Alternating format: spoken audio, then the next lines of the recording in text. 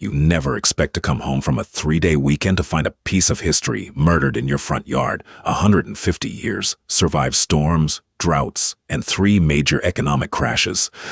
Gone in 6 hours because a woman named Martha decided my property was blocking her view of a mediocre man-made reservoir. She thought the HOA would protect her. She thought a $500 fine was the worst she'd face.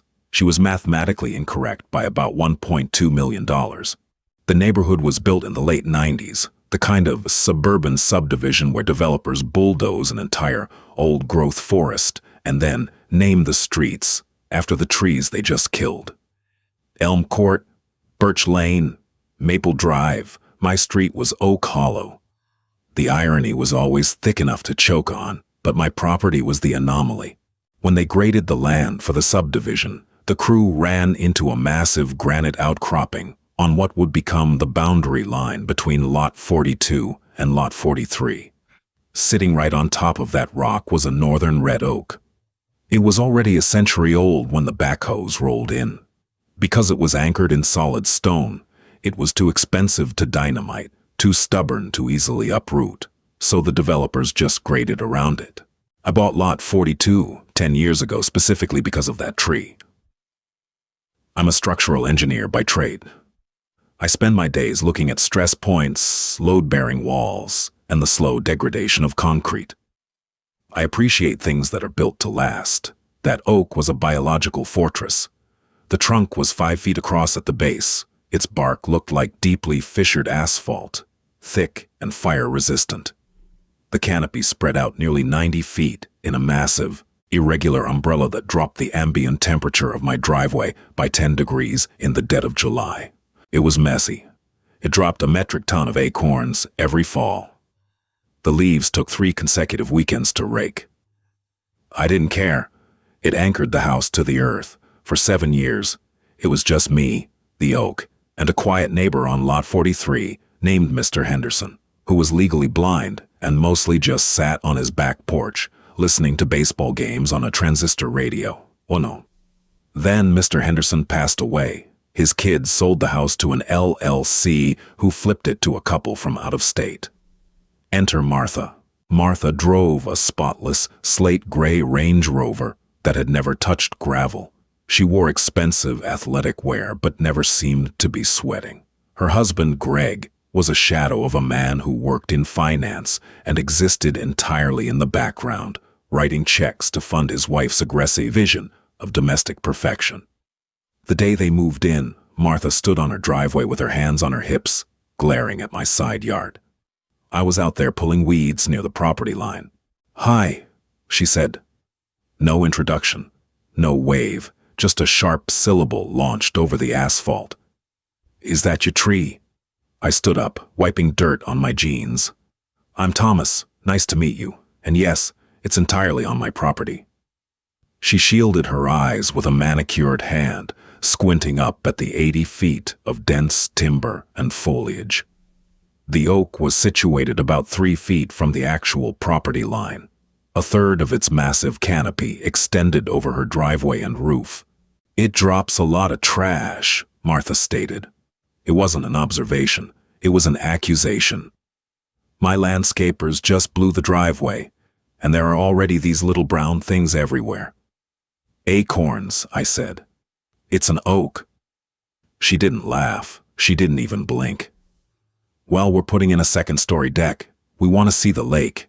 That thing is going to be in the way." The lake she was referring to was a municipal reservoir at the bottom of the hill. It was a glorified retention pond, surrounded by a chain-link fence. You could only see it from the second floor of our houses anyway. "It's been there for 150 years, I told her, trying to keep my voice light, neighborly. "It's not going anywhere." Martha offered a tight, thin-lipped smile that didn't reach her eyes. "We'll see." That was September. By November, the harassment campaign had officially begun. Suburban HOAs are magnets for a very specific type of pathology.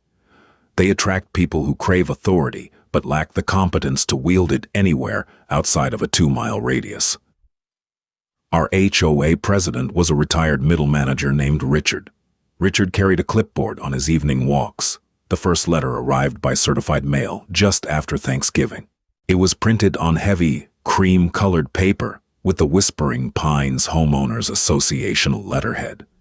It stated that a formal complaint had been filed regarding a nuisance landscape feature on my property.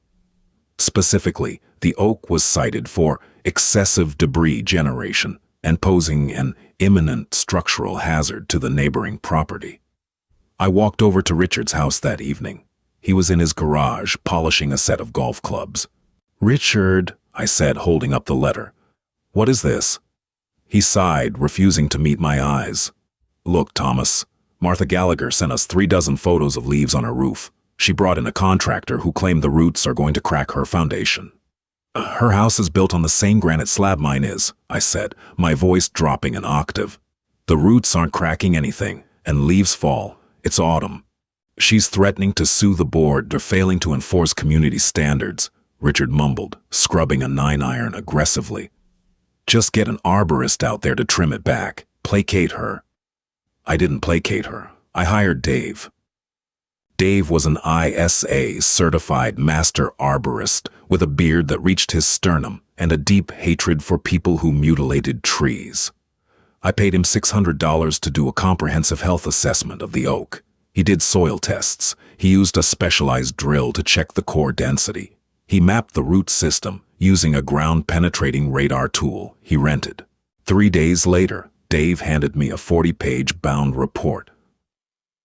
The tree was in pristine health.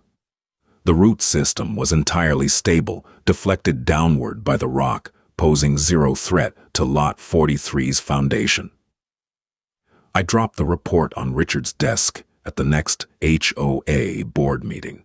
Martha was there, sitting in the front row, drinking sparkling water from a glass bottle. "The tree is completely healthy," I announced to the room.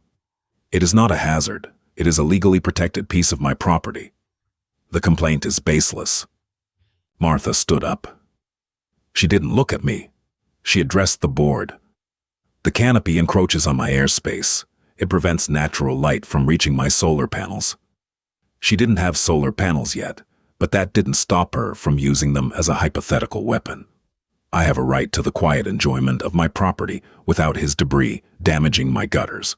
The board huddled. Richard, sweating profusely, delivered the verdict. The HOA cannot force the removal of a healthy tree. However, under state law, Mrs. Gallagher has the right to trim any branches that cross the property line, straight up into the air, provided it does not kill the tree. I looked at Martha. Her eyes were bright with a cold, predatory satisfaction. "You touch the trunk, or you damage the structural integrity of that tree," I warned her, my voice dead level. "And I will drag you through the courts." 2 weeks later, I woke up on a Saturday morning to the deafening roar of chainsaws. I threw on my boots and walked out the front door. A rusted white truck with no company logo was parked in Martha's driveway. 3 guys with cigarettes hanging out of their mouths were up in a bucket lift, hacking away at the oak. They weren't making clean cuts. They were tearing through limbs with dull blades, leaving ragged, splintered wounds that invited disease. They were cutting directly on the invisible vertical line of the property boundary. Thus, I pulled up a lawn chair, grabbed a cup of black coffee, and sat right on the property line. I took out my phone and recorded every single second of it. "Hey," I yelled to the guy in the bucket, "make sure you seal those cuts. You leave them open and rot sets in, you're liable for the whole tree." "Oh." The guy ignored me, but Martha walked out onto her newly constructed second-story deck. She leaned over the railing, looking down at me like a feudal lord surveying a peasant. When they finished 4 hours later, the oak looked butchered. The entire right side of the canopy was sheared off, a harsh, vertical wall of missing foliage. It was lopsided. It was ugly. But as an engineer, I knew the center of gravity was still thick enough to hold. The tree would live. It would just look like half a tree from her side. "Enjoy your view, Martha," I called out as the truck backed away. She stared out toward the retention pond. "It's a start," she muttered. I should have known then that a narcissist doesn't stop at half a victory. 8 months passed. Spring rolled into summer. The oak, resilient as ever, pushed out a massive flush of green leaves on my side. attempting to compensate for the loss of its eastern canopy. It still dropped shade. It still dominated the sightline. In late August, I had to fly to Denver for a 3-day structural engineering conference. It was mandatory, continuing education. I packed my bag on a Thursday night, gave my golden retriever, Rusty, a scratch behind the ears before dropping him at the border, and caught a 6 a.m. flight on Friday. I checked my home security cameras from my hotel room on Friday night. Everything was fine. The street was quiet. The tree was a dark silhouette against the streetlights. Because of the angle of my front porch camera, it only captured the driveway and the front door. The camera on the side of the house, facing the tree, had mysteriously gone offline around 7 a.m. on Saturday. I didn't think much of it. The Wi-Fi router was old and sometimes dropped the connection to the perimeter devices. I flew back on Sunday afternoon. My flight was delayed, so the sun was already setting by the time my Uber turned off the main road and started the climb up into the Whispering Pine subdivision. As we turned onto Oak Hollow, my stomach gave a sudden, violently cold lurch. You know the feeling when you walk down a flight of stairs in the dark, expecting one more step, and your foot just hits empty air? That jarring physical shock that rattles your spine. That was what hit me. The skyline was wrong. Where there should have been a massive, dark wall of leaves blocking the horizon, there was just open sky. "Stop the car," I told the driver. We were still 3 houses down. "Here, sir." "Stop the damn car." I threw a 20 into the front seat, grabbed my suitcase, and walked the rest of the way up the street.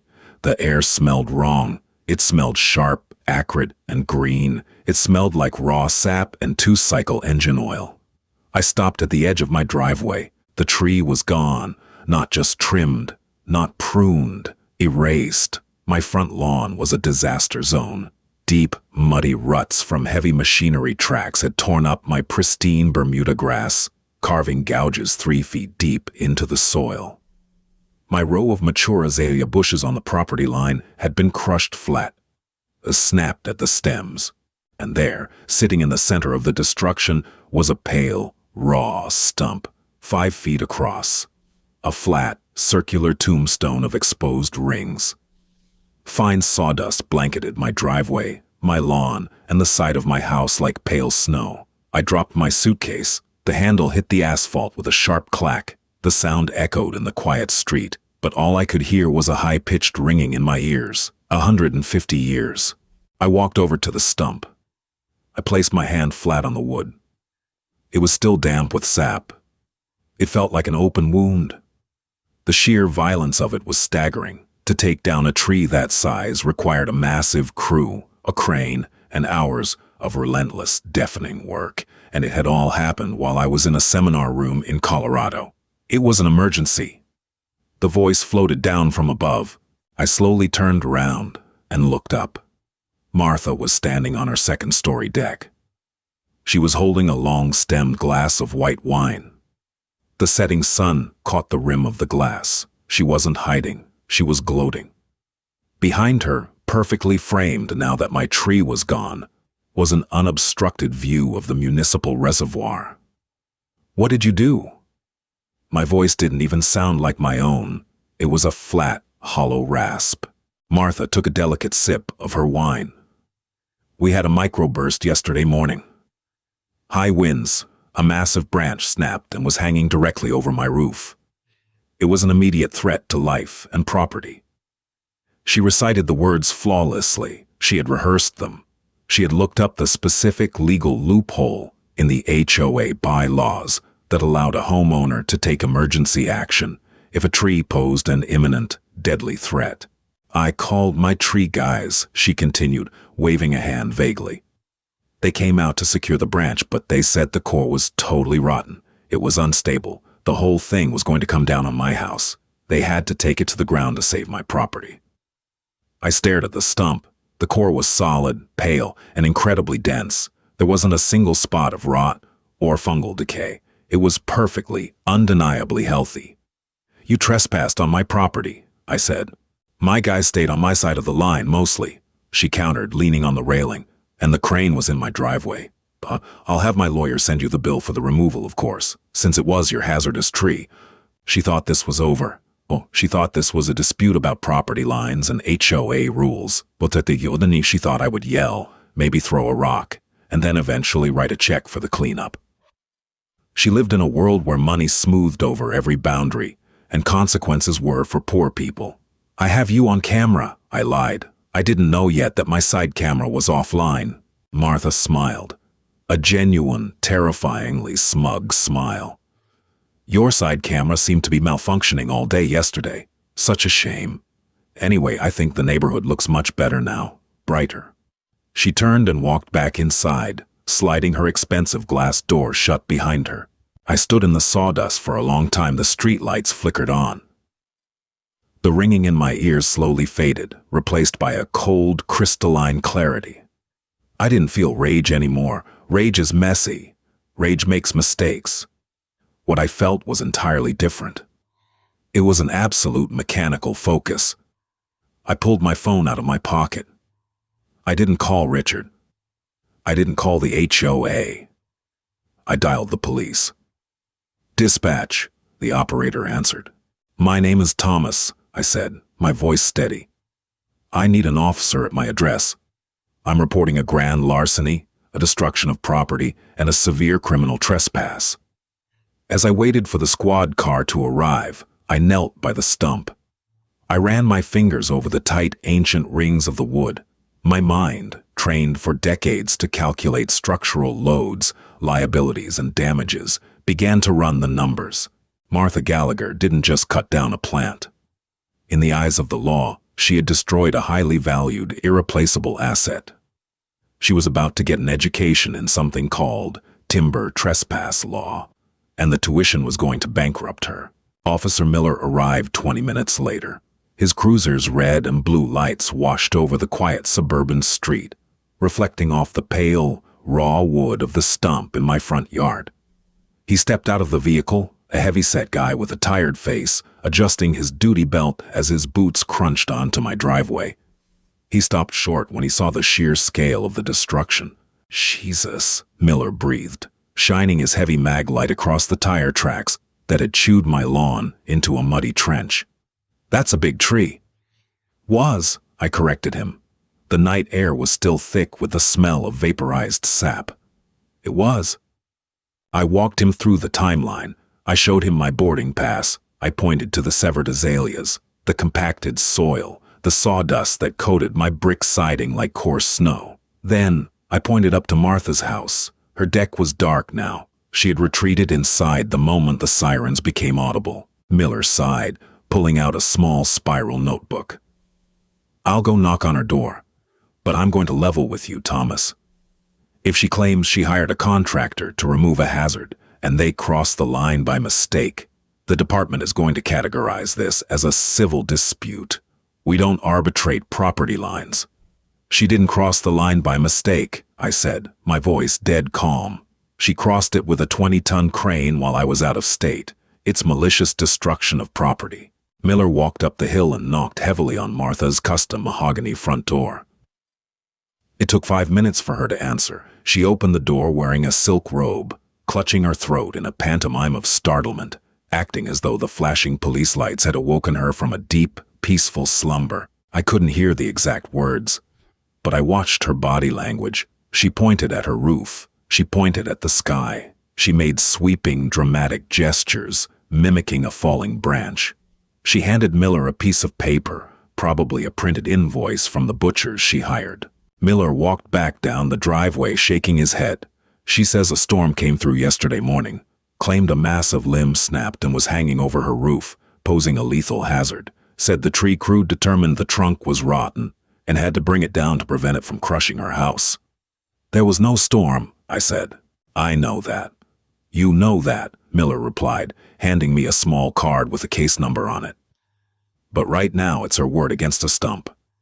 I've documented the trespass. I've documented the property damage to your lawn. You need a lawyer, Thomas, a good one, because the police can't arrest her for hiring a tree service, even if she's lying through her teeth. I didn't sleep that night. I sat on my front porch in the dark, staring at the empty space against the stars. The silence was deafening. There were no leaves rustling in the wind, no heavy branches swaying, just the sterile hum of a street lamp. At 8 a.m. on Monday, Dave the arborist pulled up in his muddy Tacoma. I hadn't explained much on the phone. I just told him he needed to come back to lot 42. When he stepped out of his truck, he froze. Dave was a man who spent his life climbing, studying, and preserving ancient timber. He dropped his clipboard on the asphalt. "No," he whispered. He walked over to the 5-foot stump like a man approaching a casket. He dropped to his knees in the sawdust. He didn't speak to me. He ran his calloused hands over the flat, fresh-cut surface of the wood. "They didn't even use a proper felling cut," Dave muttered, his voice trembling with a mix of professional disgust and genuine grief. "They just hacked it, piece by piece." "She claims it was rotten," I told him. "She told the police the core was unstable." Dave let out a sharp, bitter bark of laughter. He reached into his tool bag and pulled out a small wire brush, vigorously sweeping away the loose sawdust from the center of the stump. "Look at this," Dave demanded, pointing a gloved finger at the wood. "Look." I knelt beside him. "This is heartwood," he explained, tracing the dense, dark inner rings of the stump. "It is solid as concrete. There is no fungal decay, there are no carpenter ant galleries. There is no heart rot. The moisture content is perfect. This tree was in the prime of its life. It could have lived another 200 years. "I need you to prove it," I said.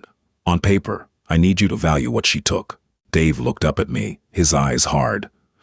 You can't just replace a 150-year-old oak, Thomas. You can't go to Home Depot and buy a 90-foot tree." "I know, but the courts need a number." Dave nodded slowly. "We use something called the trunk formula method. It's designed by the Council of Tree and Landscape Appraisers. We calculate the exact cross-sectional area of the trunk. We multiply that by a basic replacement price per square inch for the species. Then we apply multipliers for the tree's condition, its location, and its contribution to the property." He pulled a tape measure from his belt and stretched it across the massive diameter of the stump. "This isn't a sapling," Dave said quietly.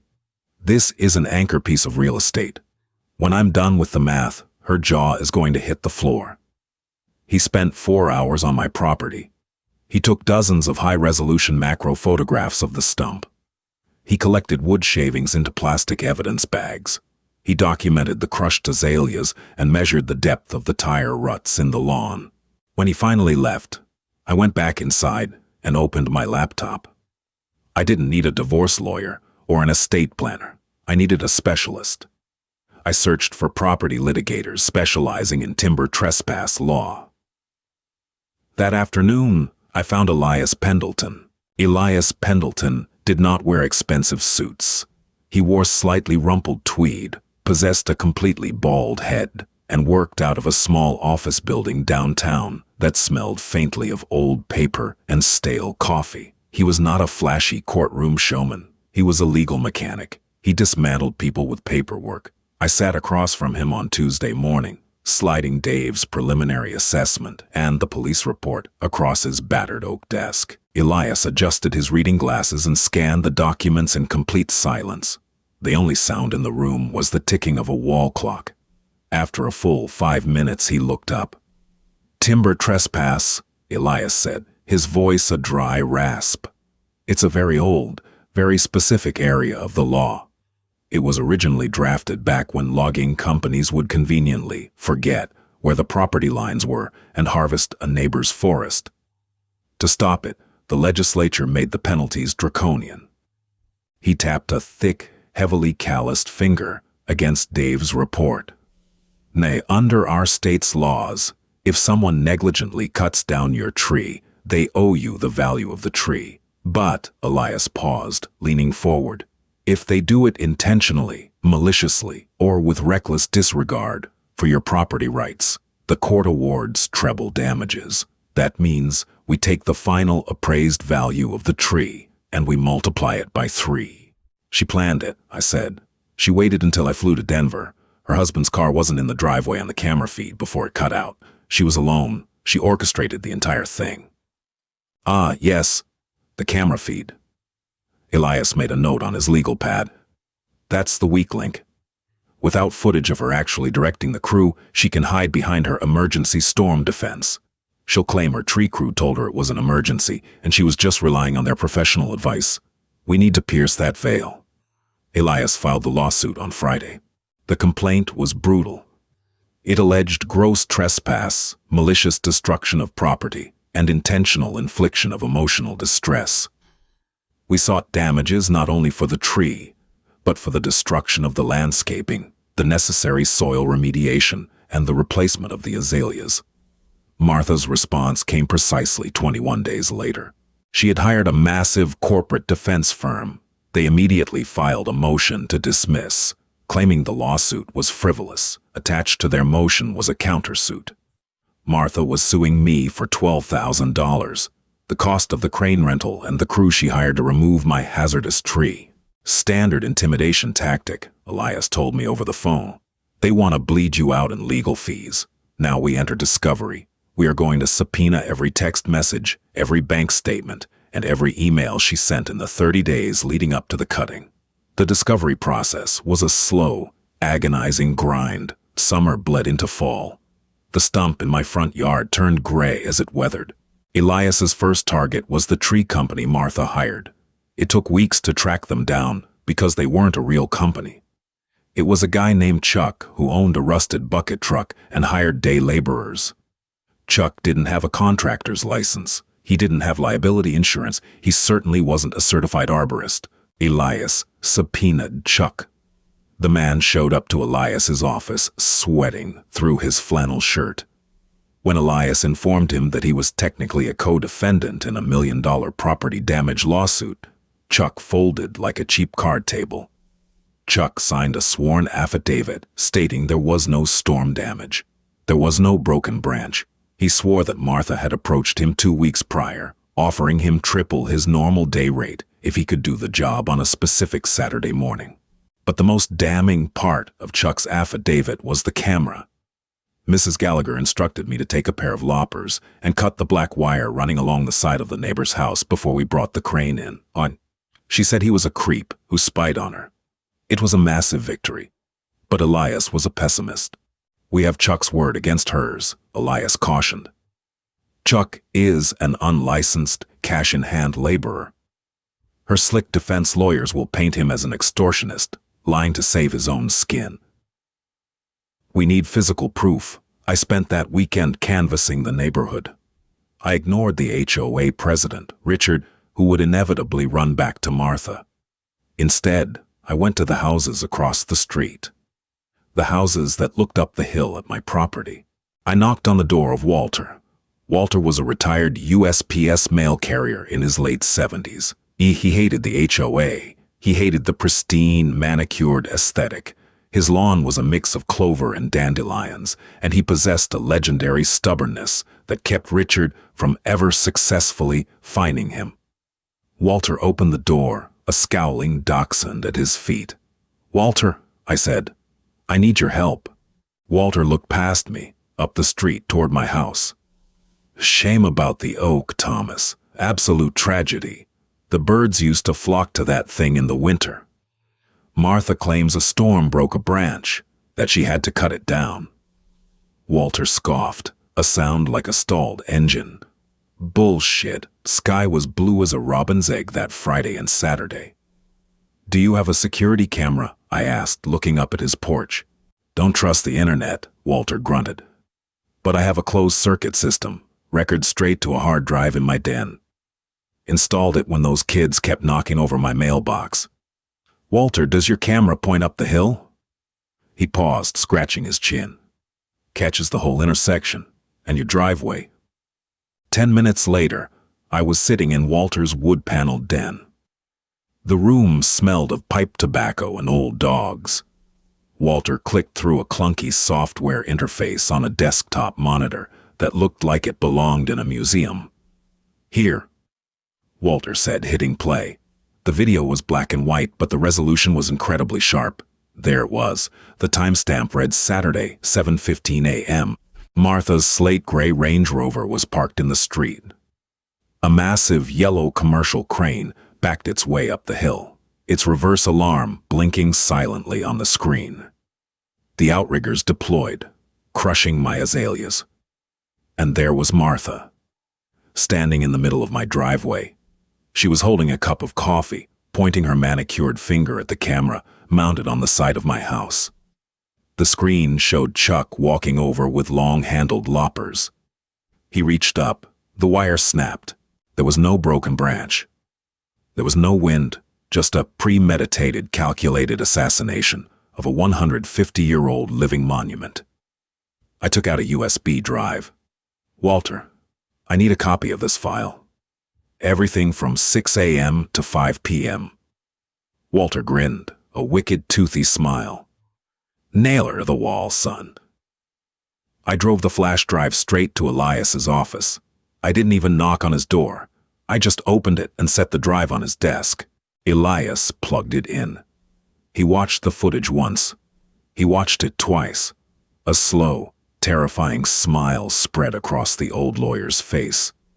It was the smile of a man who had just been dealt a royal flush and was looking across the table at a very wealthy, very foolish opponent. "Well," Elias said softly, leaning back in his chair, "I believe it's time to schedule Mrs. Gallagher's deposition." The deposition took place in November, almost exactly 1 year after the first HOA complaint letter arrived in my mailbox. We met in a sterile, glass-walled conference room at the downtown offices of Martha's defense firm. The table was polished mahogany, spanning 20 feet. The view out the floor-to-ceiling windows overlooked the city skyline. It was designed to be an intimidating space. Martha arrived 15 minutes late. She was dressed impeccably in a tailored navy blazer and a silk blouse, exuding an aura of bored inconvenience. Her husband, Greg, trailed behind her, looking pale and nervous, carrying her designer tote bag. Their lawyer, a slick, silver-haired man named Harrison, shook Elias's hand with aggressive enthusiasm. Elias barely nodded, organizing his perfectly tabbed binders. The court reporter swore Martha in. Elias started slow. He always did. He asked mundane questions about her background, her purchase of the home, her involvement in the HOA. Martha answered with a condescending sweetness, playing the role of the victimized suburban housewife who just wanted to protect her home. "Mrs. Gallagher," Elias said, his voice a low, soothing drone. "Can you describe the events of the morning the tree was removed?" Martha sighed, touching her collarbone. "It was terrifying, frankly. We had a sudden, violent microburst of wind the night before. I woke up and this massive, heavy limb was hanging by a thread directly over my new deck. It was going to crash through the roof." "I see," Elias nodded sympathetically. "And what did you do?" "I called a tree service immediately. It was an emergency. They came out, assessed it, and told me the trunk was completely rotten inside. They said the entire tree was a lethal hazard and had to be dismantled immediately. I was just following their professional advice." "Did they explain why they had to place their crane on my client's property?" "My driveway is steep," Martha lied smoothly. "They said it was the only safe angle. I assumed, given the life-threatening emergency, that Thomas wouldn't mind." "Of course," Elias murmured. He slowly opened a thick, black binder. He didn't look at Harrison. He looked straight at Greg. Greg swallowed hard. "Mrs. Gallagher, are you familiar with the National Weather Service database?" Elias asked. Martha frowned. "No." Elias slid a piece of paper across the table. "This is certified meteorological data for your zip code for the 48 hours preceding the removal. The maximum recorded wind gust was 6 miles per hour. There was no microburst. There was no storm." Harrison sat up, his slick demeanor cracking slightly. "Objection. Relevance. Weather patterns vary by microclimate." Elias ignored him. He slid a second document across the table. "This is the comprehensive arborist report drafted by a certified master arborist who examined the stump. It includes laboratory analysis of the core samples. The wood was perfectly healthy. There was zero rot. In fact, it was one of the most structurally sound oaks the arborist had seen in his 30-year career." Martha's condescending smile began to falter. Her eyes darted to her lawyer. Tree cutters aren't scientists. They made a mistake. I just listened to them. You listened to Chuck, Elias stated. Yes, the foreman. Elias pulled out the sworn affidavit. Chuck is an unlicensed day laborer, and in this sworn affidavit, Chuck states that you offered him 3 times his normal rate to remove a perfectly healthy tree. He also states that you personally instructed him to sever the wire to my client's security camera. That's a lie, Martha snapped, her voice rising sharply. He's a low-class criminal trying to extort me. Is he? Elias asked mildly. He reached into his briefcase and pulled out a laptop. He opened it, turned the screen to face Martha, Greg, and Harrison, and pressed play. The black and white 4K footage from Walter's camera filled the screen. The room went dead silent. The only sound was the clicking of the court reporter's stenograph. We all watched Martha stand in my driveway, coffee in hand, pointing at the camera wire. We watched Chuck snip it. We watched the massive crane roll over the azaleas, compacting the soil, violating the property line in broad daylight in a perfectly calm, windless morning. The color drained from Martha's face so fast she looked like wax. She stared at the screen, her mouth slightly open, the arrogant fire completely extinguished from her eyes. Harrison put his hand over the microphone. He leaned in and whispered frantically to Martha. Greg looked like he was going to vomit. "Martha," he croaked, his voice cracking. "What did you do?" It was my property line," she stammered, abandoning her legal strategy entirely. It was dropping trash everywhere. It was ruining my view." "Mrs. Gallagher," Elias said, his voice suddenly sharp, cutting through the panic like a blade. "Do you understand how the trunk formula method works?" She stared at him, uncomprehending. "When a tree is too large to be replaced by nursery stock," Elias explained, looking at his notes, "we calculate its value based on its cross-sectional area. A trunk 5 feet in diameter yields an area of nearly 3,000 square inches. When multiplied by the species rating, condition, and location multipliers, the baseline replacement value of the oak you destroyed is calculated at $412,000. Greg let out a strangled, breathless sound. Harrison had stopped whispering. He was just staring at the math. "But that is just the baseline," Elias continued mercilessly, "because we have just established definitively that this was an intentional, premeditated, and malicious act of trespass and destruction." Elias leaned forward, folding his hands on the mahogany table. "On the state mandates treble damages, 3 times the value, $1.23 million, plus $60,000 in soil remediation and landscaping, plus legal fees.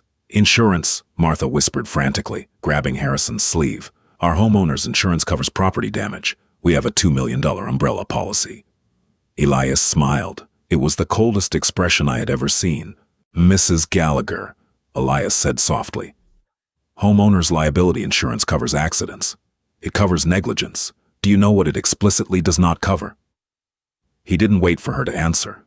"Intentional criminal acts. By severing that wire and bribing that crew, you committed a premeditated intentional tort. Your insurance provider will deny the claim the moment they see this deposition transcript. They will wash their hands of you." Elias closed his binder with a heavy, final thud. "You are not covered, Mrs. Gallagher.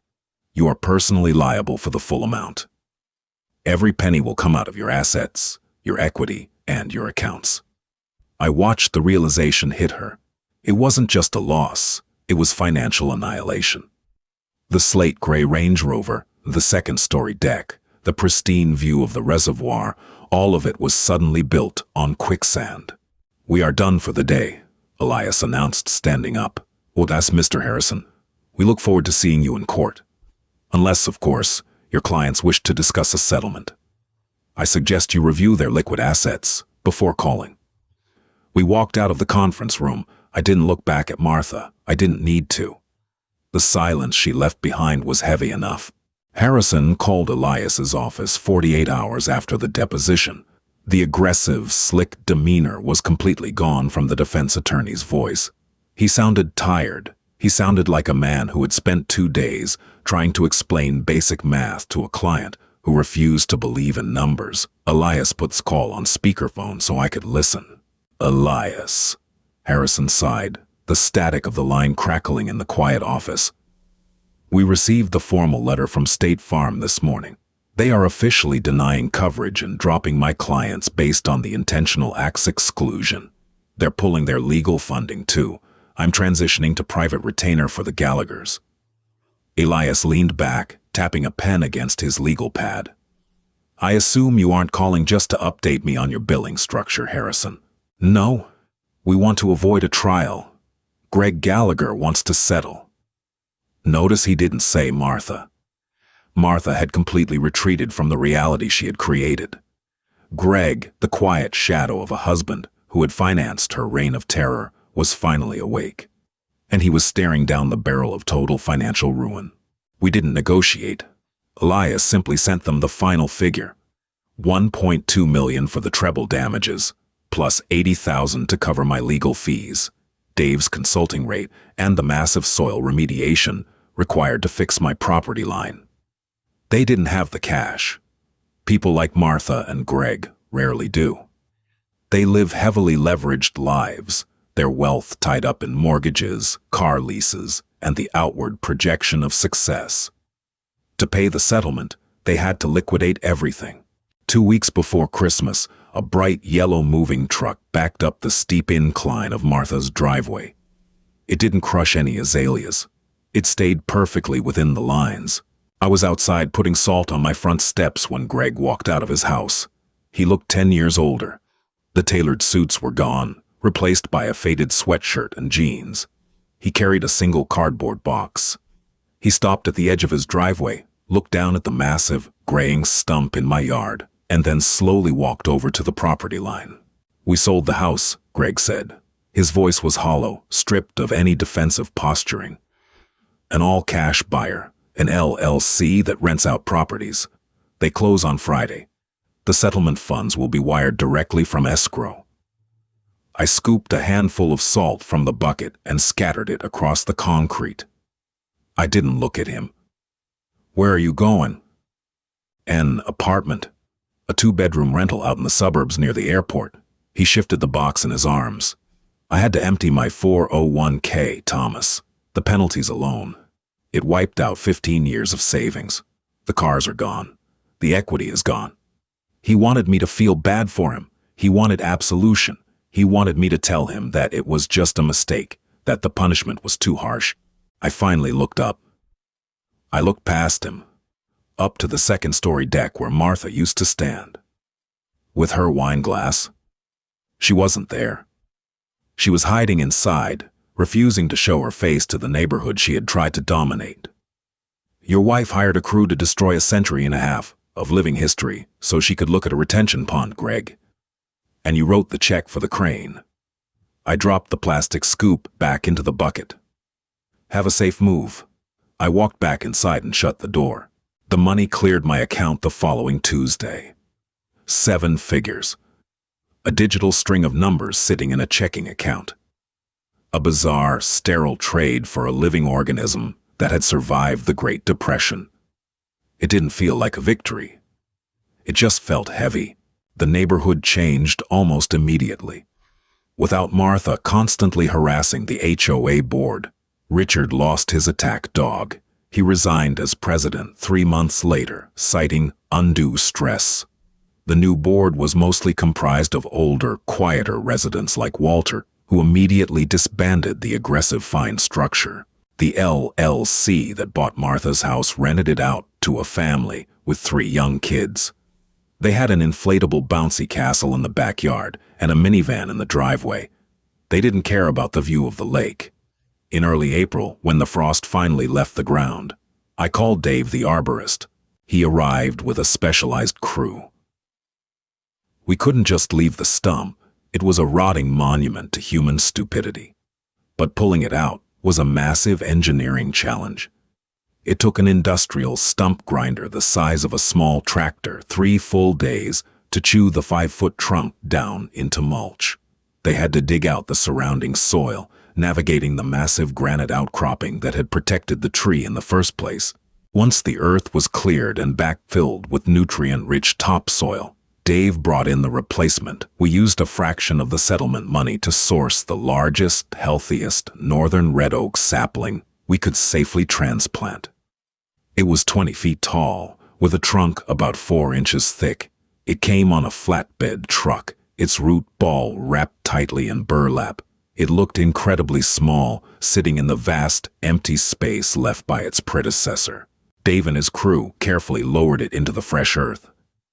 They secured it with heavy straps, watered it deeply, and laid down a thick layer of hardwood mulch. I stood in the driveway with Dave after his crew packed up. The spring air was cool and smelled of wet earth and sap. "It's going to take a long time," Dave said quietly, wiping dirt from his hands with a rag. "Oaks grow slow. That's why they're strong. You won't see it reach the size of the old one." "I know," I replied. "Maybe your grandkids will, though."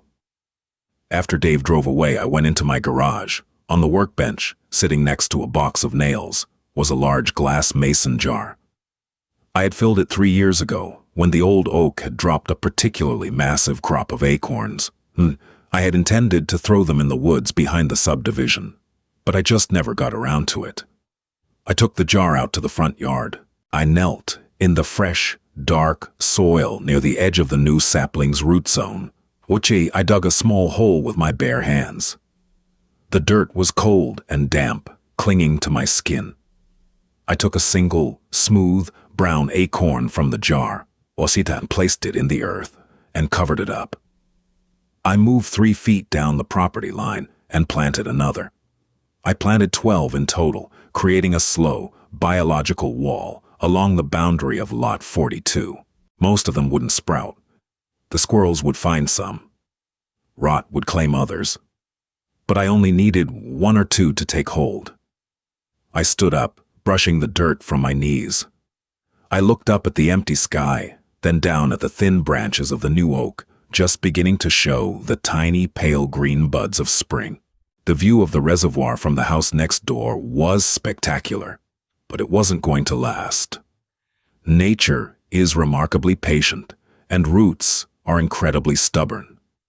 Give it a few decades, the view will disappear again, and this time nobody will be around who can afford to cut it down. If there's a lesson to be learned from Martha's $1,000,000 mistake, it's that nature has rules, but the law has teeth. You cannot buy your way out of malicious destruction, and you should never underestimate a homeowner with security cameras and a good arborist. Tree law is merciless, and it doesn't care about your property values or your view of a muddy pond. If you enjoyed hearing a real-world bully face absolute financial ruin for their arrogance, hit that like button. Drop a comment with your own crazy neighbor stories and subscribe to the channel. We've got plenty more stories of HOA nightmares and brutal legal revenge coming your way. See you in the next one.